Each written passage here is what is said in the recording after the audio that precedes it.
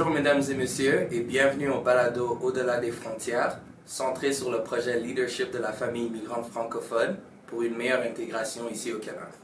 Donc aujourd'hui, nous avons une invitée spéciale qui est une jeune femme d'origine rwandaise.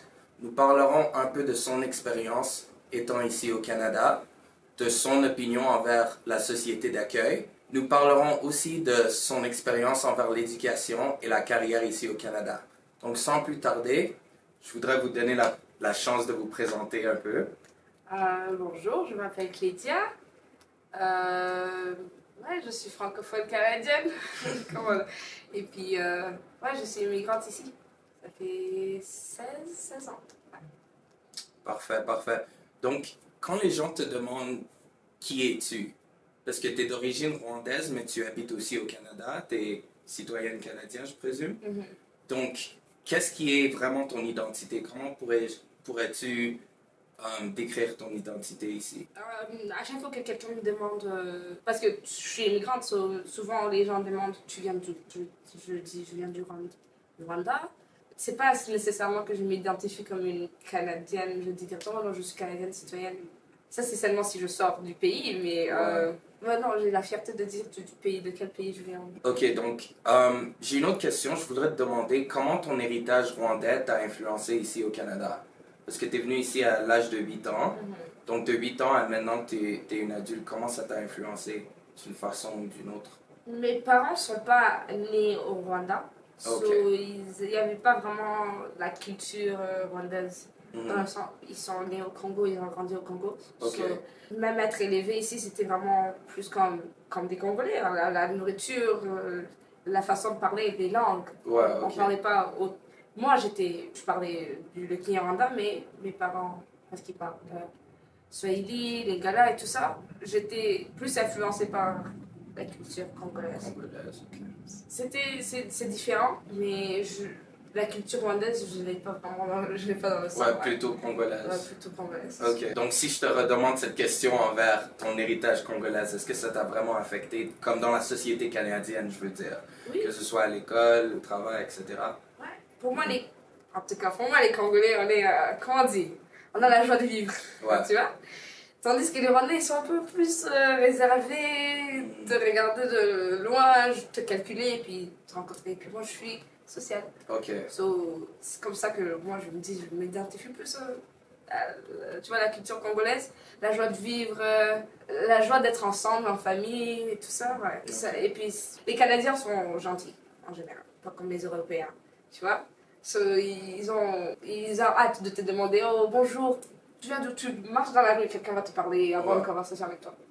Et moi, pour moi, identifiée comme une Congolaise, rwandaise, ça, c'est une bonne chose. Tandis qu'un Rwandais va être là, pourquoi tu me parles? Je te connais, tu vois? Ouais, bien sûr. Donc là, je voudrais aller à ton éducation. Est-ce que tu es allé à une école francophone ou anglophone ou... Francophone complet. Toute ta vie? Ouais. Ok. Ma mère, oui, elle voulait qu'on parle anglais, mais elle voulait pas qu'on perde la langue francophone, le français. Depuis que je suis arrivée ici, c'était toutes des écoles francophones. Et complètement francophones, pas immersion. Et immersion, ouais. Et non, c'est une bonne chose. Le français ici, c'est grave différent du français qu'on a appris au pays, mais quand même, tu vois, c'était bien d'être entouré par des gens qui parlent. Donc, dans tes écoles, comment s'est passé, comment était l'environnement dans les écoles francophones? Est-ce qu'il y avait beaucoup de diversité? Est-ce que c'était plutôt... Il y avait beaucoup de diversité.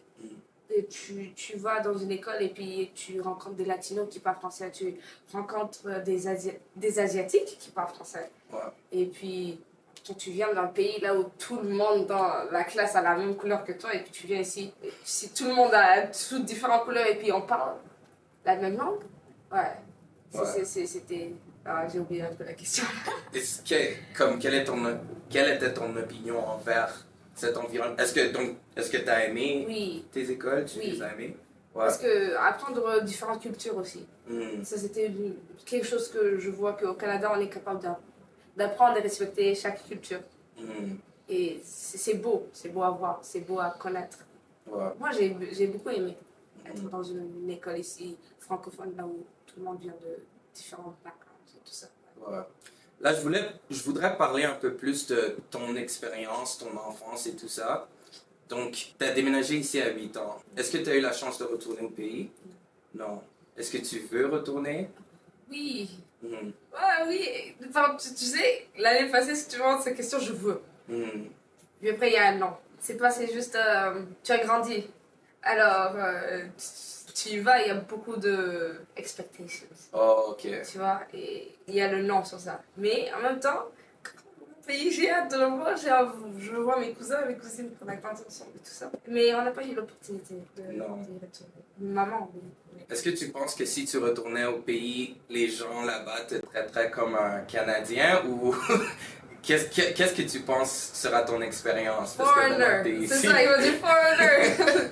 Tu es qui toi? Mhm. Parce que d'abord, la langue, je l'ai là à moitié. La culture, je ne l'ai jamais eue, Oh, ok. tu vois. Et puis, même la façon d'être, mon caractère. Enfin, le caractère, quand, tu vois.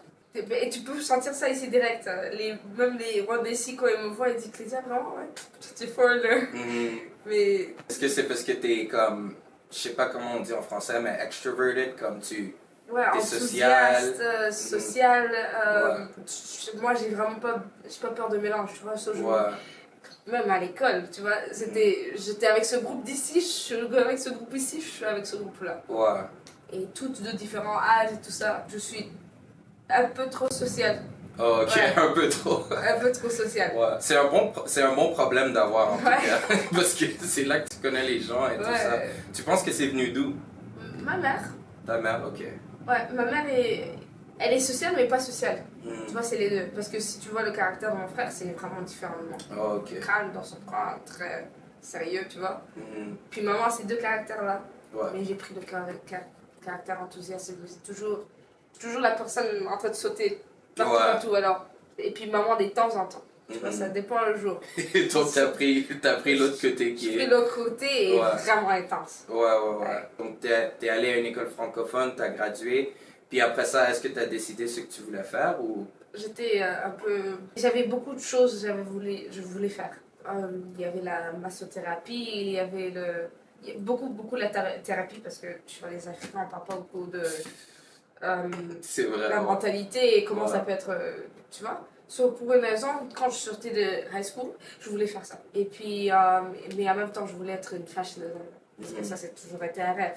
Ouais. Puis en même temps, je voulais être hôtesse de l'air. Mhm. Tu vois, il y avait plan A, plan B, plan C. Plan C, ça a beaucoup plus de sens. Ouais, non, il y avait beaucoup de choses que je voulais faire. C'était un moment où je vais à l'école pour fashion, et puis c'est cher, et c'est pas vraiment ici dans le pays. Mhm. J'ai pas envie d'être loin de la famille. Et puis la thérapie, là, je me suis mis à l'intérieur, et puis j'ai commencé à être thérapeute pour les amis. Mais j'ai réalisé Ouais. que un problème devient mon problème. Ouais. Et je le vis. Et je suis frustrée. Ouais. Puis là, je suis frustrée. Pourquoi moi, je suis pas de problème, tu vois. Mais ouais. Mhm. Mais c'était quelque chose qui... C'est nécessaire jusqu'à maintenant, c'est nécessaire d'en parler. Donc maintenant, t'as décidé sur quoi? Placer. Plancer. Ouais, placer. Ok, plancer. C'est bien avec mon caractère. Ça m'amène à parler aux gens, aider Ouais. les gens. Désolé de te couper, mais des fois dans les familles immigrantes, il y a trois options. Soit tu deviens médecin, tu deviens avocat, tu vois, donc comment a été la réaction de tes parents quand tu les as dit c'est ça que je veux faire? Est-ce qu'il y avait un peu de jugement ou ils t'ont poussé d'un côté ou l'autre ou est-ce que c'était plus facile? Comme j'ai dit, ma mère, elle est très cool. Pour elle, c'était, surtout quand elle est venue ici au pays, c'est pour que mes enfants puissent vivre une vie Mhm. qu'ils veulent. Ouais. C'est la joie, pour elle, c'est toujours la joie en premier. Elle n'était pas vraiment. C'est ça que tu veux faire? Oh, on y va. On va chercher une école. Tu sais, si tu ne veux pas aller à l'école, surtout que j'étais comme, j'ai pas sûr que je veux faire.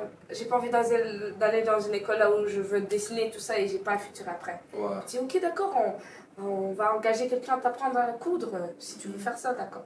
Elle était plutôt supportive. Ouais. Et il y a beaucoup de mes amis qui sont là, comme tu es chanceuse, tu sais. Ouais.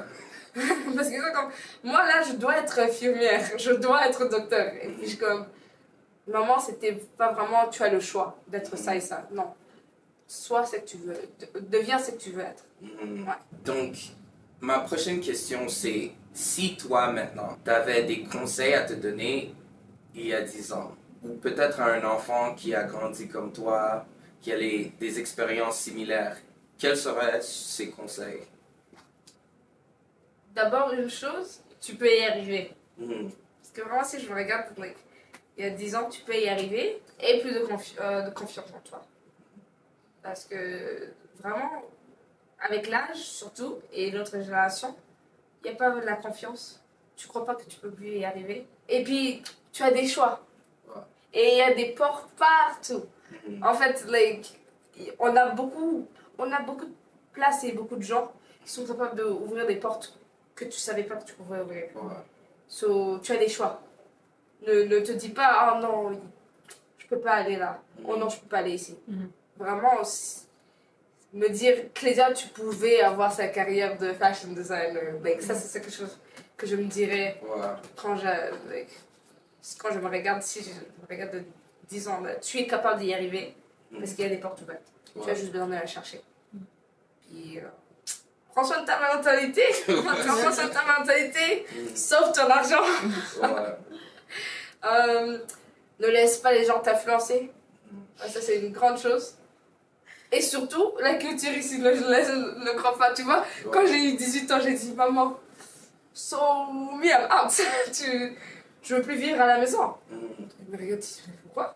J'ai dit, mais parce que tous mes amis, parce que j'avais des amis qui sont grandis ici, disent, oh oui, mes parents sont en train de dire, ouais, it's time for you to get out of the house.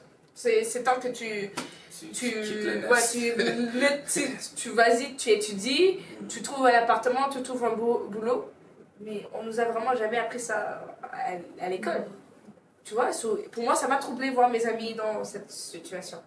Ça, c'était une question que j'étais en train de poser maman. Like, je veux plus vivre avec toi. Et puis, une mère africaine, tu te sentiras ici quand tu auras la bague sur ton doigt. Tu n'as pas trouvé mon enfant, tu vois. Mais ouais, ça c'est quelque chose d'autre. Ne t'inquiète pas. Prends soin de ta mentalité. Ne laisse pas que les gens t'influencent. Vraiment ça, like, ne laisse pas que les gens t'influencent. Ouais. Donc, un autre élément de notre podcast, c'est la dualité des valeurs. Donc, tu l'as dit un peu, comme il y a la société canadienne et il y a les valeurs canadiennes, il y a aussi les valeurs africaines. Donc, comment est-ce que tu trouves la balance entre les deux dans ta vie? Je veux juste dire, eux qui vivent ici, ils sont chanceux. Ils sont chanceux. Vous l'avez pas dur comme nous. Il y a quelque chose, il y a pas longtemps, j'étais en train de regarder quelque chose et puis une fille a dit, tu sais, nos parents, surtout les parents africains, quand on arrive ici, c'est tu dois accomplir parce que j'ai pas accompli. Ou tu dois me rendre joyeux. Mais parce qu'eux, ils n'ont pas vécu leur vie. Like, vraiment, c'était strict de... Tu te maries à cet âge, tu dois trouver du boulot, tu vois, tout ça. Et cette mentalité, elle continue sur la génération jeune. Ouais. Tandis que les parents ici sont plus... Vis ta vie. Ouais. C'est pas, tu n'as pas besoin de te marier maintenant, mais si tu veux, tu vois, il y a beaucoup plus de libération. De choix. Et il y a le choix. C'est pas vraiment un concept là où tu dois être de cette manière, tu dois être... tu sais, tu as le droit de faire ce que tu veux. Ouais. Ça m'a vraiment frappé parce que j'étais comme... Tu sais comment les parents africains disent, j'étais amenée ici pour que tu puisses nous sortir, tu vois, nous rendre riches, nous rendre fiers et tout ça. Mais en tout ça, tu penses pas à l'enfant, tu penses pas qu'elle a le choix. Mais parce que toi, tu n'as jamais eu le choix. Ouais, c'est a generational curse. Ça, c'est vrai. Et c'est triste. Ouais. Les gens ici n'ont pas la même. Et ça, c'est quelque chose qu'on doit apprendre à nos parents. Mais on apprend aux parents africains, vraiment, non, on n'apprend pas. Et c'est difficile sur nous, les Africains, parce qu'on dit toujours on doit accomplir. Et ça, c'est la mentalité canadienne ici. Tu n'es pas forcé à être quelque chose. Ouais, aller un chemin. Ouais, un chemin. Ouais. Être ce que tu n'es pas. Tu as parlé un peu du trauma générationnel et un peu aussi de de la santé mentale, ça signifie quoi pour toi dans ta vie? Santé mentale, c'est quelque chose de sérieux. Mhm. Parce que bah, nous, les Africains, la mentalité, non, c'est pas vraiment. Comment on dirait? C'est. Non, tu es attaqué par les sorciers. Le diable est en train de te tenter, tu vois. Ah, tu dois aller à l'église. Oh non, je suis dépressive. Ou il y a un ami, il y a longtemps, il m'a dit que là, je suis dépressive. J'ai des pensées suicidaires. Puis j'ai dit, on doit parler à tes parents. Parce qu'ils étaient vraiment. Tu vois, ça fait peur. Puis il parle à ses parents et puis ses parents disent exactement tu as été attaqué. Ouais, ça c'est pas vraiment. Ça c'est pas ta tête, c'est pas toi, tu vois. Un côté, j'y crois, oui, c'est des attaques. Parce que je suis quand même chrétien et tout ça. So, je crois que c'est des attaques. Mais ta mentalité, surtout avec le trauma, surtout avec les parents, les expectations, que tu dois être exactement de cette manière et toi tu es là toujours en train de travailler pour rendre fier tes parents. Ça, à un moment, tu te regardes pas dans le miroir en train de dire « Oh, j'ai accompli ça pour moi. » Tu es en train d'accomplir pour quelqu'un d'autre. Alors tu ne vis plus pour toi et ça peut vraiment te ramener à terre. Et tu n'as plus confiance en toi. Et surtout si tu n'arrives pas à quelque chose, à ce qu'ils ont planifié pour toi, tu n'as plus confiance en toi. Tu perds ta confiance. Exact. Un peu. Ça, c'est quelque chose de mental que beaucoup d'Africains, surtout notre génération, ils vont troubler. Ils vont, par exemple, quelque chose d'autre. Les hommes, chez les Africains, ah non, tu pleures pas. Ouais. Oh non, tu peux pas être faible. Oh non, tu dois avoir un boulot ferme, tu dois avoir une famille, tu dois être le père de la maison. Mais l'homme a des émotions aussi comme une femme. Tous mes amis ces derniers temps, je dis, parle.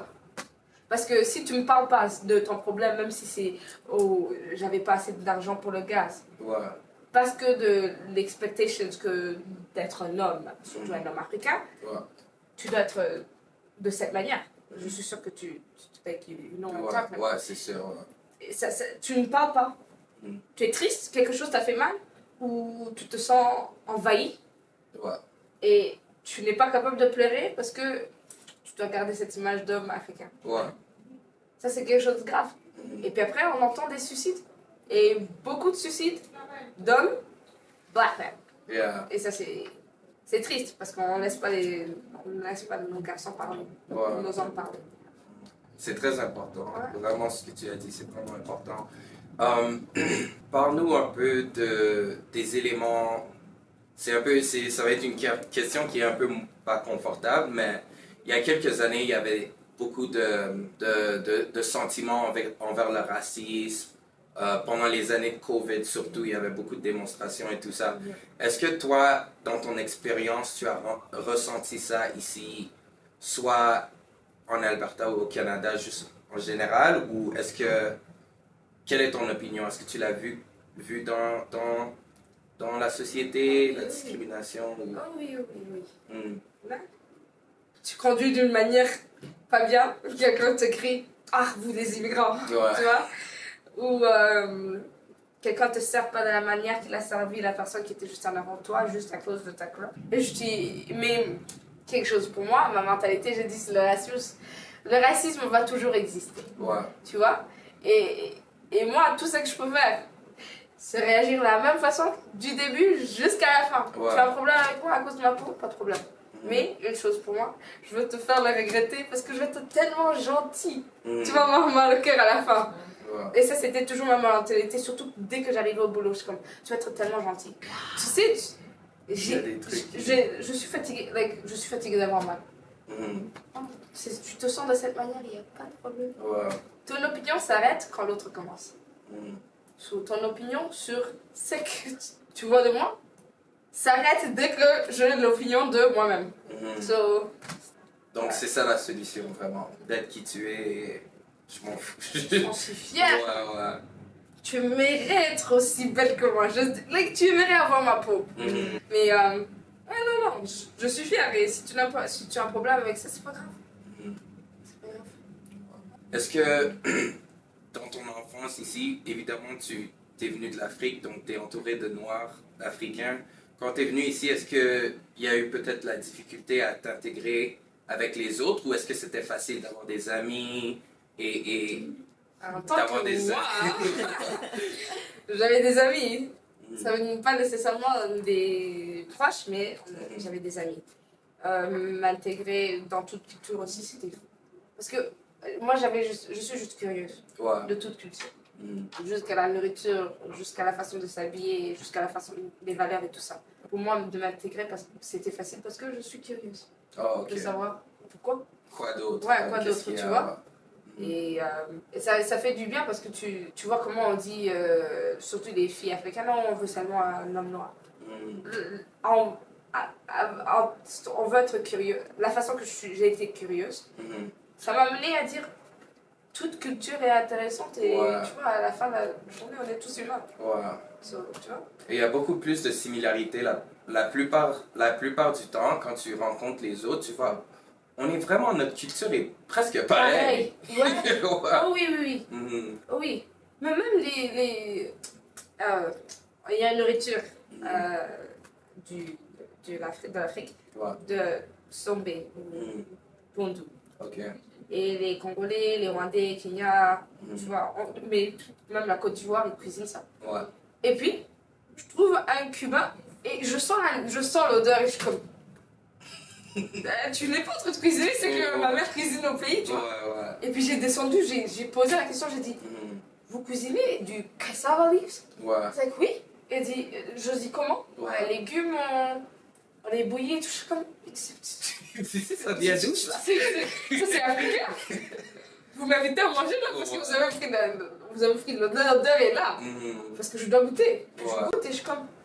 Vous venez de où? La Colombie et puis on a les. Ouais, ouais. Même en Afrique, tu le vois, parce que moi, je suis sénégalais, donc on a le jollof, et il y a les Nigériens, il y a les Ghana.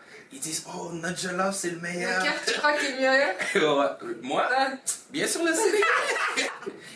Vraiment, la fierté est là, mais c'est dans tous les pays, que ce soit en Afrique ou pas. Donc, Ouais. ouais, donc, ouais, merci beaucoup, Clédia.